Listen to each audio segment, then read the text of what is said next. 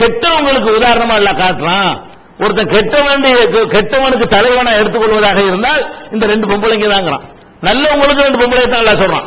நல்லவர்களுக்கு உதாரணமாக ஃபிரௌனுடைய மனைவியையும் மரியம் அலைஹிஸ்ஸலாத்தையும் அல்லாஹ் சொல்வது போல கெட்டவர்களுக்கு நிராகரிப்பவர்களுக்கு மாடல் யாருன்னு கேட்டா இந்த ரெண்டு பொம்பளைங்க தான்.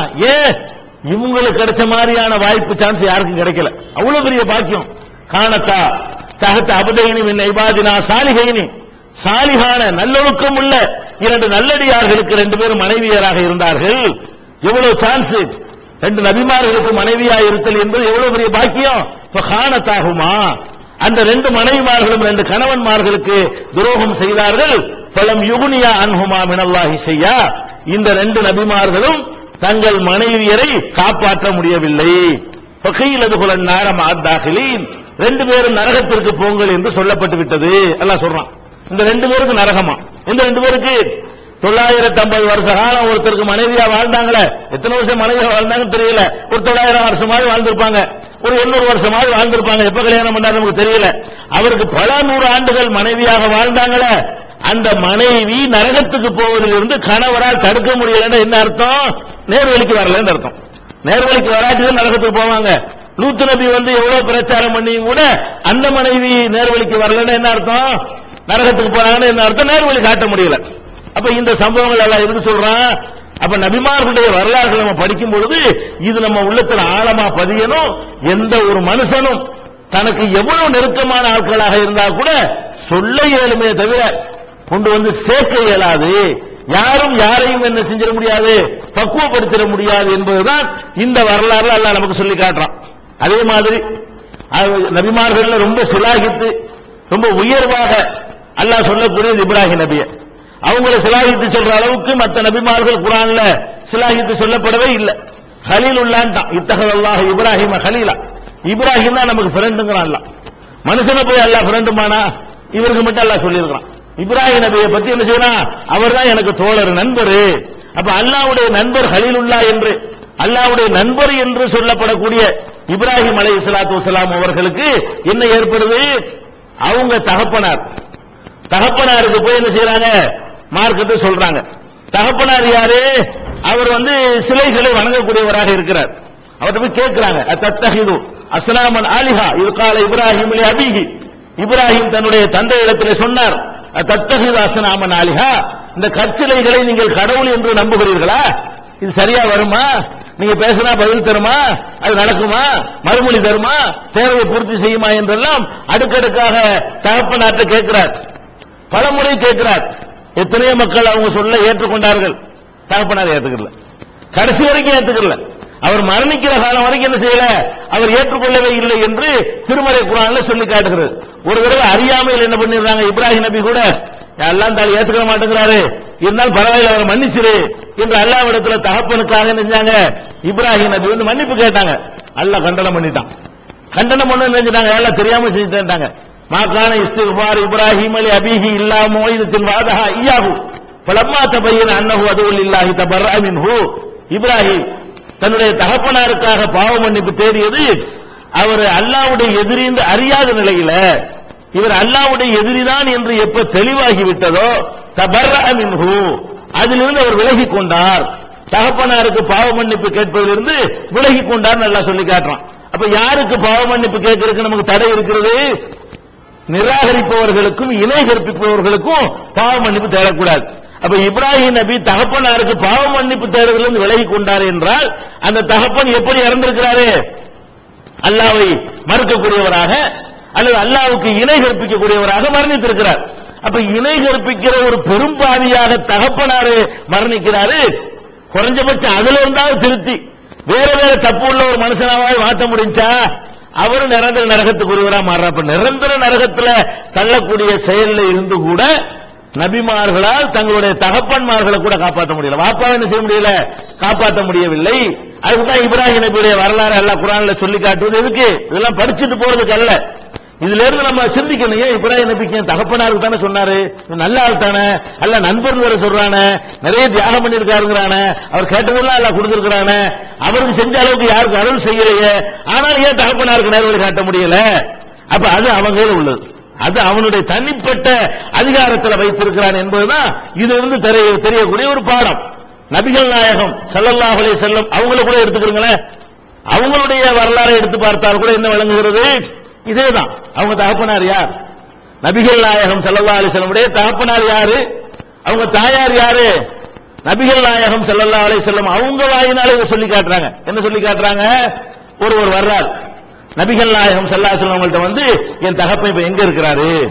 ஏன்னா சஹாபாக்கள் அப்படித்தான், சஹாபாக்கள் அவங்க இஸ்லாத்துல சேர்த்துக்கிட்டாங்க, அவங்களுடைய தகப்பன்மார்கள் இஸ்லாத்துல இருக்கல, இஸ்லாத்துக்கு முந்தி இறந்து போயிட்டாங்க, கல்லு மண்ணை வணங்கக்கூடியவர்களாக அவங்க மரணித்து விட்டார்கள். அப்ப என்ன கதிக்கு ஆகுமோ என்பதற்காக வேண்டி அவங்க வந்து கேட்கிறாரு, இந்த மனிதர் கேட்கிறாரு, ஐநாபி என் தகப்பனார் இப்ப எங்க இருப்பாரு? இறந்து போயிட்டாரு, அவர் சொர்க்கத்தில் இருப்பாரா நரகத்தில் இருப்பாரா? அது எனக்கு தெரியணும்னு கேட்கிறாரு. அப்ப ரசூல் ஸல்லல்லாஹு அலைஹி வஸல்லம் சொல்றாங்க, ஃபின்னார், நரகத்துல இருப்பாரு. அவர் தான் உரல்லாம நம்பலையில, உரல்லாம வணங்குறதுக்கு பதிலா மற்றதெல்லாம் கல்லு மண்ணில வணங்கி இருக்காருல்ல, அவர் நரகத்துல இருப்பார் என்று ரசூல் ஸல்லல்லாஹு அலைஹி வஸல்லம் சொல்றாங்க. இந்த மனிதர் போகும்போது அழுதுகிட்டே போறாரு. அழுகையத்துல இருக்கு. அவர் பெத்த தகப்பனார் நரகத்துக்கு போறாருன்னா ஒரு பிள்ளைக்கு என்ன இருக்கு? கவலை இருக்கத்தான் செய்யும். நம்ம மட்டும் சொர்க்கத்துக்கு வந்துட்டோம், நம்ம தகப்பனார் நரகத்துக்கு போற மாதிரி இருக்காருன்னு சொல்லி இவருக்கு கவலை தாங்க முடியல. கூப்பிடுறாங்க, வான்னு சொல்றாங்க. கூப்பிட்டு சொல்றாங்க, அபி வ அபாக ஃபின்னார், ஏன் தகப்பன் ஓன் தகப்பன் நரகத்துல போ அப்படிங்கிறாங்க. நபி சார் அவர் கவலைப்படுறத பார்த்துட்டு சொல்றாங்க, அட ஓன் தகப்பன் மட்டும் இல்லப்பா, ஏன் தகப்பனாரும் நான் இப்ப இஸ்லாத்தை சொல்வதற்கு முந்தி அவர் பல மாதிரி வணங்கி கொண்டிருந்தவர், ஒரு இறைவன் அவர் நம்பி இருக்கல, அதனால அவருக்கு அந்த கதிதான், ஏன் தகப்பனுக்கு அந்த கதிதான், ஓன் தகப்பனுக்கு அந்த கதிதான் என்று நபிகள் நாயகம் ஸல்லல்லாஹு அலைஹி வஸல்லம் அவர்கள் அவரை கூப்பிட்டு போனவரை கூப்பிட்டு சொல்றாங்க. என்ன விளங்குது?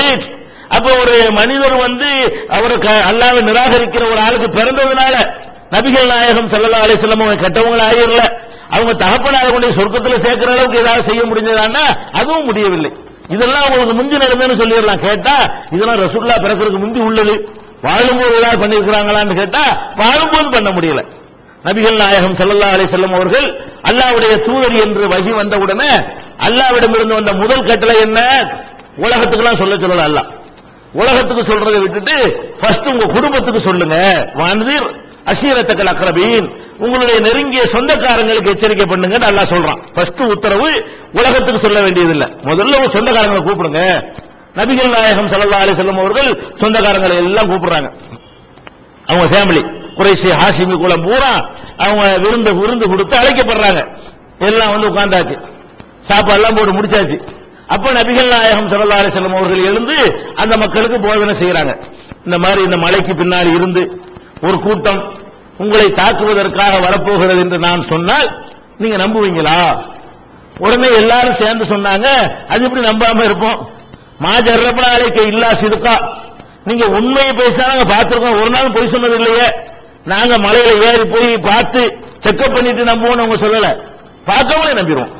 ஏதோ ஒரு கூட்டம் உங்களை தாக்க வருதுன்னு நீங்க சொன்னீர்களே, ஆனால் இவர் சொன்னது கரெக்டா இருக்குமா நாங்க செக் பண்ண மாட்டோம். ஏன்? உங்களோட நாங்க இத்தனை 40 வருஷம் பார்த்திருக்கிறோம்.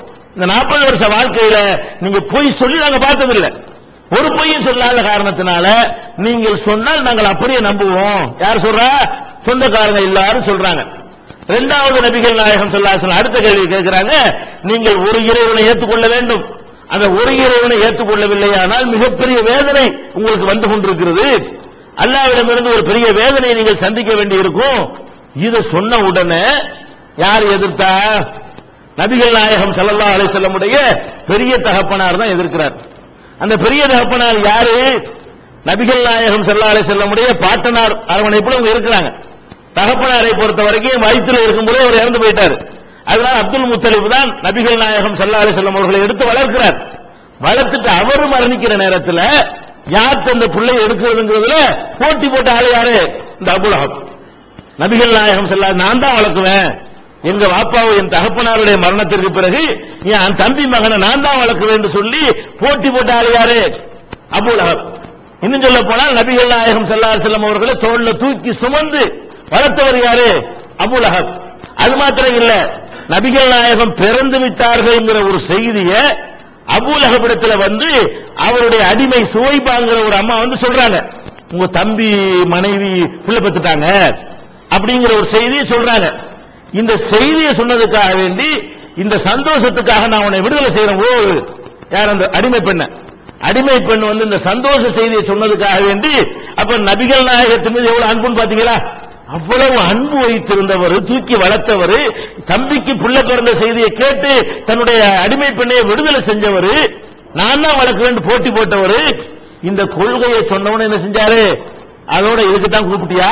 தப்பன் லக்க சாயிரையும் காலமெல்லாம் உனக்கு நாசம் ஏற்படுத்தும் அலிஹாதா ஜமாத்தனா, இதுக்கு தான் எங்களை கூப்பிட்டியான்னு சொல்லி மன்னவாரி தூற்றியது யாரு? அபூலஹப். கடைசி வரைக்கும் இந்த அபூலஹப் நேர்வழிக்கு வந்தாரா? வரவே இல்லை. என்னாச்சு? அல்லாஹ்